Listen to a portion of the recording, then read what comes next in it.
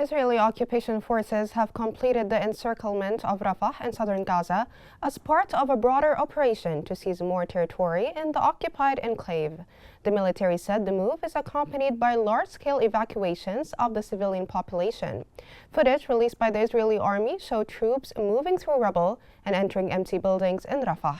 Since resuming the aggression on March 18, the Israeli military have issued repeated evacuation orders to hundreds of thousands of Palestinians, forcing many into increasingly limited areas along the coast. Gaza-based health authorities have announced that the death toll from Israeli attacks on the Gaza Strip climbed over 50,000 and 116,400 wounded. Medical sources reported that at least 21 civilians were killed and 64 others injured in Gaza within the last 24 hours as a result of the ongoing Israeli genocide in the region.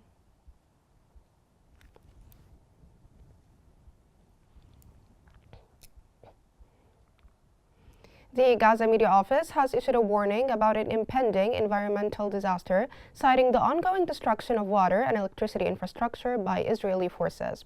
Over 90% of the region's water and sewage systems have been destroyed, raising concerns about a potential health and environmental crisis that could impact areas beyond Gaza.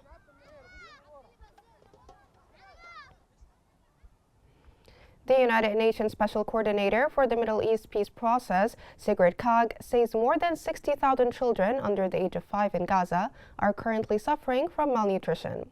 Speaking on the sidelines of the Antalya Diplomacy Forum, Kaag noted that humanitarian aid delivered by the UN during the ceasefire period successfully reached those in need. However, she warned that since mid-March, the flow of aid into Gaza has been halted, deepening the humanitarian crisis in the occupied enclave.